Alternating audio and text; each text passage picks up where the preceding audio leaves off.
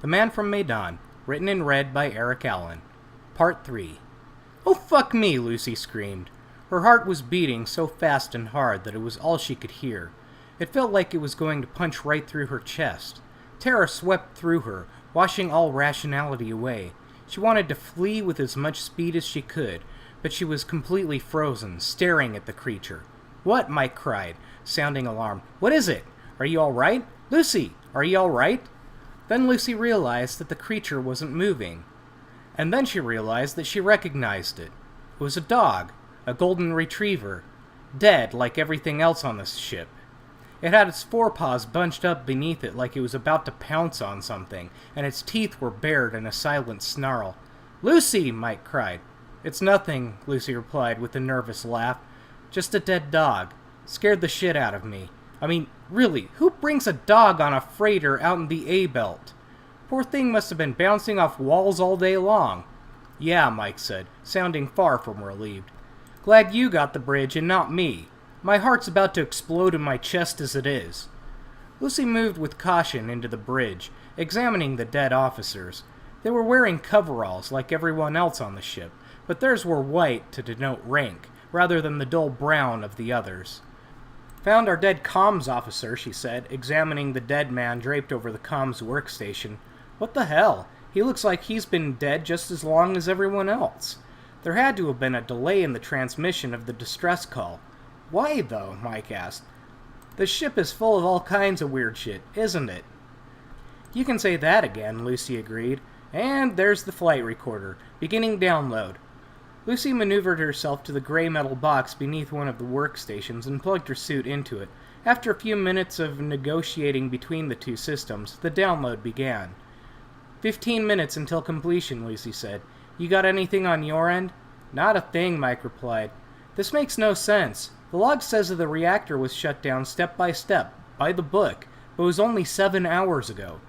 "Who did it then?" Lucy said. "No one I've seen was alive 7 hours ago. Or, wait." She examined one of the dead bodies more closely. She could actually see the skin discoloring with rot before her eyes. "Okay, that is really gross," she said. "What is it?" Mike asked. "Watch one of the corpses really close for a minute and tell me if you see anything," Lucy said, looking to another dead officer.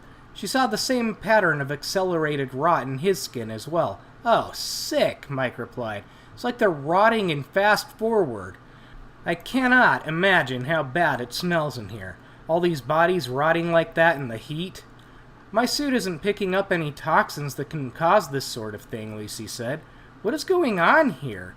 Spooling out the cord connected to the flight recorder, Lucy drifted over to one of the workstations. It lit up with holographic controls easily enough, but, unfortunately, she didn't read Chinese. "Dude," she said, "how did you switch the language over to English? Or do you read Chinese?" "Language menu is always the bottom left of the main menu," Mike replied. Lucy poked at that tab, and a list of languages appeared, and the menu below it changed over. "All right," Lucy said, "there we go. Let's see what I can dig out." "Huh," Mike said. "That's weird. My console just went dark. And this one's not working either. You still got power up on the bridge?" "Yeah," Lucy said. "Why don't you join me up here if there's nothing more you can do there? This'll be less creepy together." "I can get behind that," Mike said. "On my way." "Not finding much in the computers," Lucy said. "Some personal log recordings I can't make out because they're in Chinese. Wait, there's a quarantine lock on Cargo Bay 4. Note to self, avoid Cargo Bay 4, Mike said. Coming up behind you, don't freak out." Lucy turned to see Mike's lights down the hallway outside, and then he appeared drifting into the room. He pushed off a workstation to join her at hers. "According to the log, it looks like they tried to jettison the contents, but it jammed," Lucy said. "Doesn't say why. And then they put the quarantine lock on it when they couldn't get rid of it." "Any lists of what they're hauling?" Mike asked. "Yeah, but they're password protected," Lucy said, "and I don't know how to spell password in Chinese." There was a crackle of static, with an unintelligible voice hidden somewhere in it. "Did you catch that?" Mike asked. "Nope," Lucy said. "Let me run a few filters and see if I can clean up the transmission." After a few seconds, the static lessened considerably, and Lucy was able to hear the tail end of the captain's transmission. "Could you repeat that, boss?" she said. "Had to clean up the connection a bit." I'm reading a buildup of energy in the cargo area of that ship, Kelly said. Both of you, get the hell out of there. But the flight recorder isn't completely downloaded yet, Lucy protested. The data will be too fragmented to piece together without a full download. Would you rather know what happened on that ship and die, Kelly asked, or would you rather never find out and live? I'll take what's behind door number 2, Mike said. How about you? Yeah, Lucy agreed, unplugging her suit from the flight recorder. Door number 2 sounds good. Let's do that. The two of them made their way back to the airlock with all speed, following the maps on their HUDs. Once outside, Lucy had to use her HUD to locate the Silver Star. This time she cheated a bit with the harpoon, using her suit's built-in targeting function to make sure she wasn't going to miss. Soon the two of them were sailing across the blackness of space with the man from Medan shrieking behind them and the Silver Star growing ever larger ahead. Their ship was far less impressive in size. It was a small, bullet-shaped thing, attached to a large rectangular cargo container with a thin neck connecting the two, and tethers to keep it all stable. Technically, the little ship could pull up to 4 cargo containers of like size, but it was pretty slow and inefficient to load it up like that, especially since the Feldmar Corporation had a veritable fleet of the little ships. Inside, with the airlock cycling, Lucy took a deep breath and let it out slowly, feeling safe for the first time since leaving the ship. She was shaking and she couldn't stop. That weird feeling of cold seemed to have stuck with her, and the spent adrenaline was causing muscle tremors. Hold tight to something, Kelly said. I'm moving the ship away and I can't let you back inside without irradiating your suits to kill off any contagions.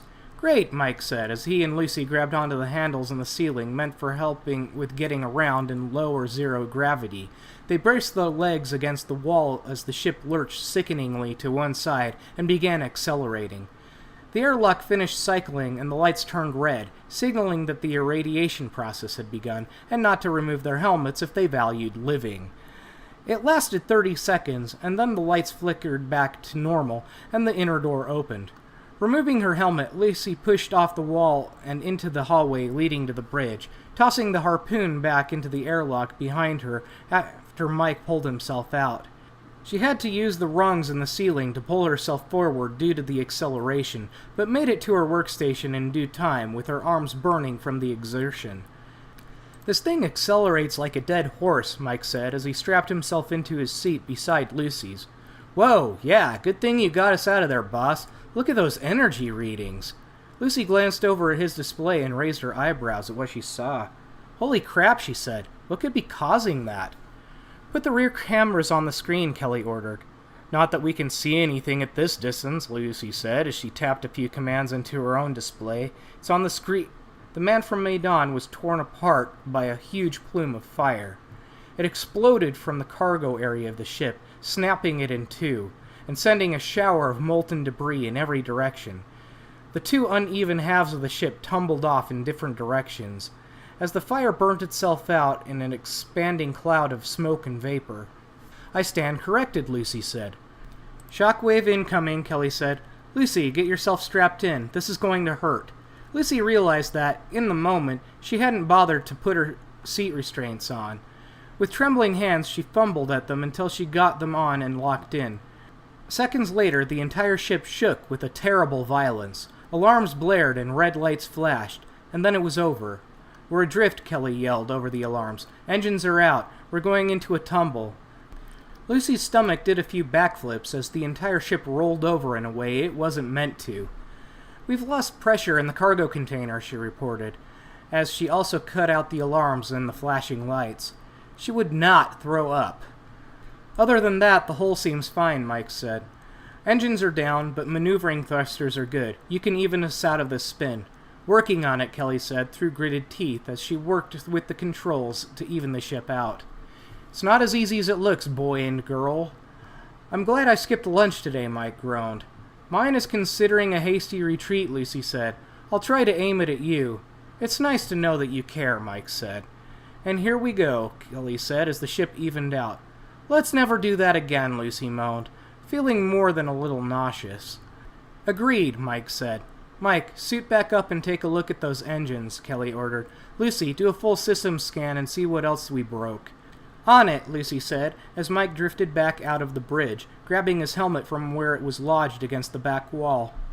Well, Kelly said with a grin, that was an adventure. We've got an incoming transmission from the Orion Sword, Lucy said. Damn it, Kelly sighed. Just what I need. Put his royal douchiness on.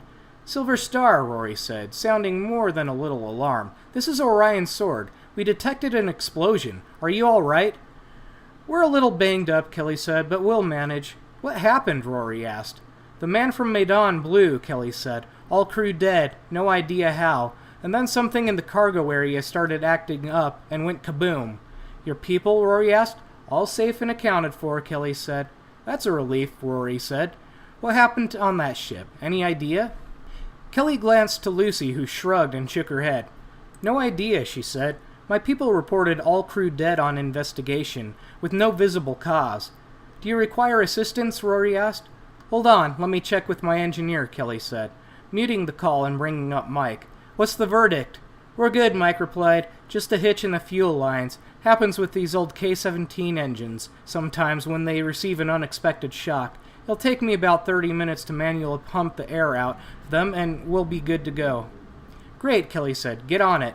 Yes, ma'am, Mike replied as Kelly looked to Lucy. We've got a few blown fuses, but not much else, Lucy said. Nothing we can't take care of ourselves. Excellent, Kelly said, switching Rory back on. We're good, Rory. You guys can head out on your way. You claiming salvage rights? Rory asked. Not a chance in hell, Kelly replied. She's all yours, if you can catch what's left of her. I'm not risking bringing whatever blew that ship aboard mine. When you put it that way, Rory said, I don't think I will either. Such a waste. I know, right? Kelly sighed. See you around, Kelly, Rory said. Not if I can help it, Kelly replied, then cut the transmission.